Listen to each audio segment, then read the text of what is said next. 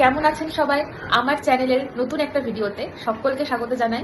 আজকে 21 তারিখ 21শে মার্চ শনিবার সকাল প্রায় 9টা বাজে। আমি রেডি হয়ে নিয়েছি কারণ আজকে আমার কলেজ ছুটি আর আমার বরেরও কলেজ ছুটি। তো ও আগ্রা থেকে এখানে আসছে, লখনৌতে আসছে, ট্রেনে উঠে পড়েছে আর আমি রেডি হচ্ছি এখান থেকে লখনৌ যাবো বলে। এখান থেকে লখনৌ যেতে প্রায় 2.5 ঘন্টা লাগে যদি আমি লোকাল ট্রান্সপোর্টের ভরসায় যাই।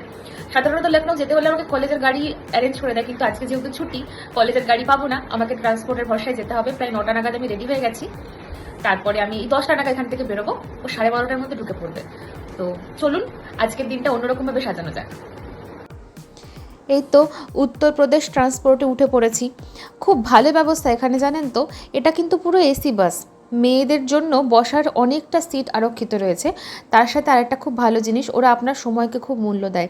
আমি প্রায় 80 কিলোমিটার মতন ট্রাভেল করেছি, যার জন্য আমার কাছ থেকে ওরা 70 টাকা নিয়েছে। অনেকটা কম আমার মনে হয়েছে বাসের প্রাইস হিসাবে। আর তাছাড়া ওদের ব্যবহার খুব ভালো। বাস সার্ভিস উত্তরপ্রদেশে আমার বরাবরই খুবই ফেভারিট। যাই হোক, তবে ওরা কেস খেয়েছে, নতুন বাস ছিল, বুঝতে পারেনি, ভুল রাস্তায় ঢুকে পড়েছে, তাই জন্য আমাকে এই জায়গাটায় নামিয়ে দিয়েছে। আর আমি এখান থেকে কিছু চিনি না। আমি যাব চারবাগ স্টেশন, মানে লখনৌ স্টেশনকে চারবাগ স্টেশন বলা হয়। তো সেখানে আমি কিভাবে যাব বুঝতে পারছিলাম না। তারপর অনেক জোগাড় করে ওখানে পৌঁছিয়েছি। ওই যে সোজা দূরে দেখছেন, ওটা হচ্ছে চারবাগ স্টেশন, একটা ইমারতের মতন দেখাচ্ছে। আর আমার বর আমাকে বলে দিয়েছে যে ডমিনোজের সামনে গিয়ে দাঁড়াবে। এই ডমিনোজটা একদম মেট্রো স্টেশন লাগোয়া, চারবাগ মেট্রো স্টেশন লাগোয়া। আর দূরে ওই যে উনি আসছেন, কি হাসি মুখে। তারপরে আমরা হজরতগঞ্জ মেট্রো স্টেশনে যাবার জন্য চারবাগ স্টেশন থেকে, মেট্রো স্টেশন থেকে রওনা দিলাম। কাছেই হোটেল নিয়েছিলাম, ব্যাগটা জাস্ট রেখেছি আর বেরিয়ে পড়েছি, একটুও সময় নষ্ট করিনি। হজরতগঞ্জ মেট্রো স্টেশনে যাওয়ার উদ্দেশ্য হচ্ছে, ওটা প্রায় কলকাতার পার্ক স্ট্রিটের মতন। ওখানে যত রকমের ব্র্যান্ডেড শপ, ব্র্যান্ডেড মল এবং তার সাথে অনেক খাবারের দোকান, খাবার মানে স্পেসিফিক্যালি ননভেজের দোকান দেখা যায়। তো সেই কারণে ওখানে যাওয়ার চেষ্টা।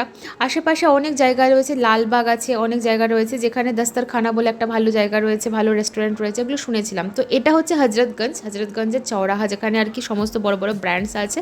আর ওই যে দূরে যেদিকে আমি পয়েন্টিং করছি সোজা, ওই দূরটাই হচ্ছে বিধানসভা।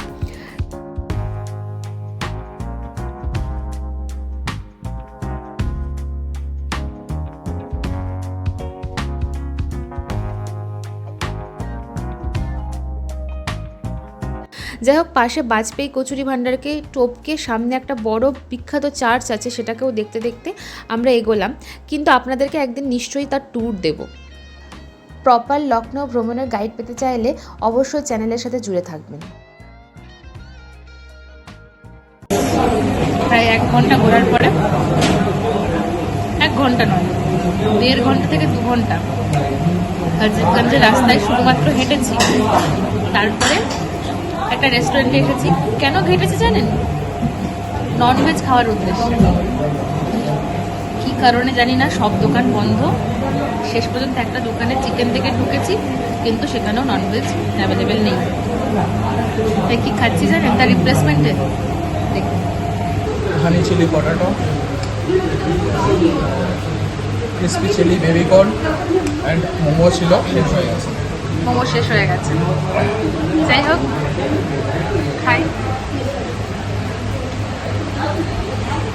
অনেকটা রাস্তা ঘুরে মাথাটা জাস্ট ঠান্ডা করলাম খেয়ে। এত খিদে পেয়েছে, আমরা অনেকক্ষণ ধরে হেঁটেছি, প্রায় 2 ঘন্টা কাছাকাছি হেঁটেছি। তারপরে হজরতগঞ্জেরই রাস্তায় দুটো মেয়ে দেখছি মেহেন্দি পরাচ্ছে। কি সুন্দর মেহেন্দি পরিয়ে দিয়েছে দেখুন। আমার না মেহেন্দি পরতে খুব ভালো লাগে, কিন্তু এখানে আমাকে বর ইনসিস্ট করেছিল। 200 টাকা নিয়েছে একটা হাতে। নিজের বোনও কোকে করে চিকেন করে খাইয়েছো? চলে এসেছি বার্গার কিংয়ে ননভেজ খুঁজতে খুঁজতে। সকাল 11টা থেকে এখন বিকেল কটা বাজে? 5টা বাজে। কারণ হচ্ছে নবরাত্রি চলছে এখন, আর তার সাথে হচ্ছে এখন আজকে ঈদের জন্য অনেক দোকান বন্ধ। যাই হোক, কি আর করা যাবে। এত কিছু করেও আমাদের ননভেজ খাওয়ার ক্রীড়া শান্ত হয়নি, কারণ ননভেজ তো পাইনি। সেই জন্য আমরা চলে গিয়েছিলাম বার্গার কিংয়ে। কি করব, বার্গার আমার একদম ভালো লাগে না, কিন্তু সেদিন বার্গার ছাড়া কোনো অপশন ছিল না। তো খাবারে আমরা বার্গার অর্ডার করেছিলাম, তার সাথে একটা কোরিয়ান চিকেন অর্ডার করেছিলাম, আর তার সাথে হচ্ছে যে একটা কোল্ড ড্রিঙ্ক ওরা কমপ্লিমেন্টারি দিয়েছিল। কমপ্লিমেন্টারি কিছুই না, মানে সবটাই কিছু না কিছুভাবে পয়সা নিয়ে নেয়। মানে মোট কথা সেদিনকার খাবারটা বেশ ভালো ছিল, কিন্তু এই একটা প্ল্যাটারে আমাদের কিন্তু পেট ভরেনি। আমরা আবার একটা সেম প্ল্যাটার অর্ডার করেছিলাম, কিন্তু সেখানে কোরিয়ান চিকেনের জায়গায় আমরা ফ্রায়েড চিকেন অর্ডার করেছিলাম।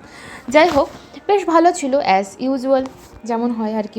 লখনউয়ের মতন জায়গায় এসে ননভেজ পাবো না, এটা সত্যি আনএক্সপেক্টেড। কারণ প্রায় আমরা 14-15 কিলোমিটার জাস্ট হেঁটেছি, মানে গোল গোল ঘুরেছি, এক জায়গায় 3বার ঘুরেছি, 4বার ঘুরেছি, হেঁটেও আমরা মানে কোনো ননভেজের দোকান খুঁজে পাইনি। বার্গার কিংও একটা বার্গার এবং ওই কোরিয়ান চিকেন আমাদের হয়নি, তারপরে আরেকটা বার্গার এবং তার সাথে কিছু ফ্রেঞ্চ ফ্রাই এবং আরেকটা কোল্ড ড্রিঙ্ক অর্ডার করার পরে আমরা রীতিমতন পেট ভরিয়ে হাজরতগঞ্জ থেকে মেট্রো ধরে ডিরেক্ট চারবাগ এসেছি। চারবাগ স্টেশনের একদম পাশেই আমাদের হোটেলটা, কোনো অসুবিধা হয়নি। তো এখন আমি জাস্ট বিছানায় শুয়েছি, পরে আপনাদের সাথে আবার কথা বলবো। আজকের ব্লগটা এখানেই এন্ড করছি। আপনারা সবাই খুব ভালো থাকবেন এবং আবারও নতুন ব্লগ নিয়ে আপনাদের সামনে হাজির হব। আপনারা নিজেদের খেয়াল রাখুন। ধন্যবাদ।